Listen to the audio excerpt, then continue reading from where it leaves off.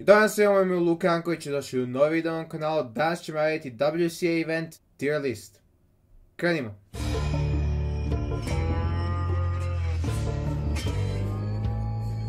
Prije nego što počnem s eventom, da vam kažem da sam dobio $10 gift card za Cubicle i podijelit ću ga vama ukoliko uspijemo da stignemo do 350 subscribera do sljedeće srijede, 17. februara. Tako da svi koji nisu subscribovani, subscribujte se odmah sada, svi koji jeste, recite svojim prijateljima da se subscribuju tako da stignemo do ovog cilja i možda osvojite tih $10.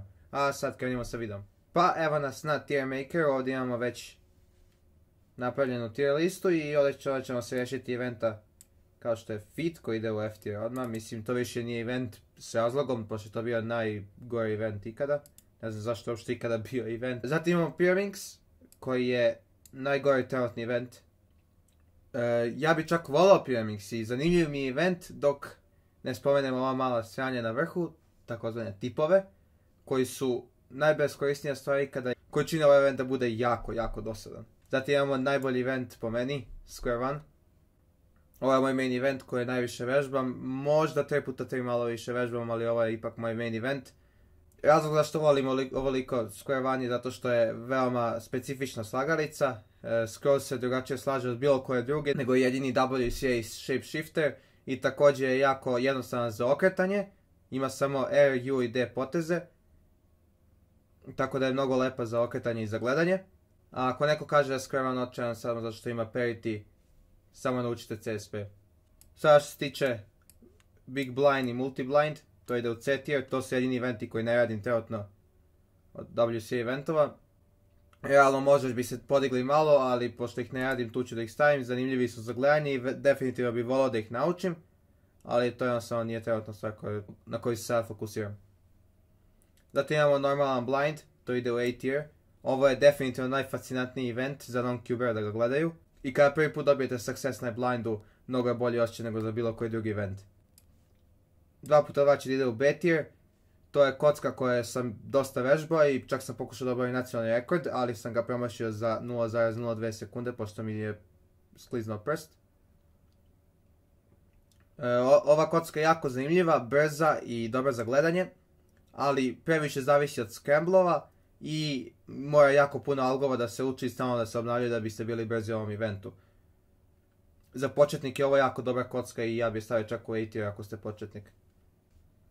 3x3 je originalna Rubikova kocka i tu stvarno nema razmišljanja, to je definitivno S tier. Kada bilo koji non-cuber čuje da slažete Rubikove kocke, ona će prvo pomisliti na ovo, taj će onda složiti ovo. I ovo je kocka koja ima najviše da se nauči o njoj, koji ima najviše top speed cubera koji je vežbaju i jednostavno najzanimljiviji event za gledanje, vežbanje i slaganje. 4x4 ide u A tier.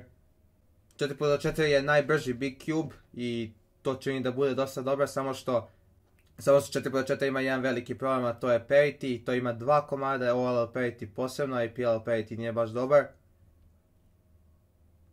Osim toga nemam ništa protiv ovog eventa, jednostavno volim neke druge evente više. 5x5 ide u S tier, u zadnje vrijeme sam počeo dosta da vežbam 5x5 i to je kocka koja je teža nego 4x4 bez da bude previše dugačka, tako da je mnogo zanimljivija i bolja za poboljšavanje. 5x5 je kraći i dalje od 6x6 i 7x7, tako da nije dosadna za gledalce da je gledaju i ima samo edge parity koji nije toliko strašan ako se nauče svi algoritmi. 6x6 i 7x7 su vrlo slični eventi i oba idu u B tier. Nema nešto mnogo puno kažemo o njima, osim toga da su teže verzije petice i da su kocke dosta lošije nego za 5x5 i 4x4. MGC 6x6 je ok, ali dalje su kocke spore i dosta lokaju i dosta popaju. I također imaju parity i previše su dugački i umarajući za ruke kada se vežbaju. I dalje su bolje nego F tier i C tier.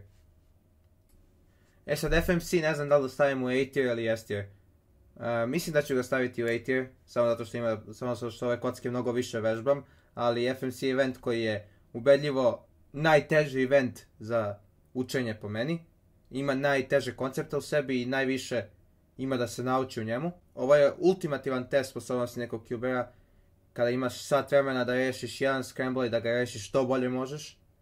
Ovo je event u kojem ja držim nacionalni rekord i kada dođu takmičenja nazad ću ga definitivno mnogo više vežbati.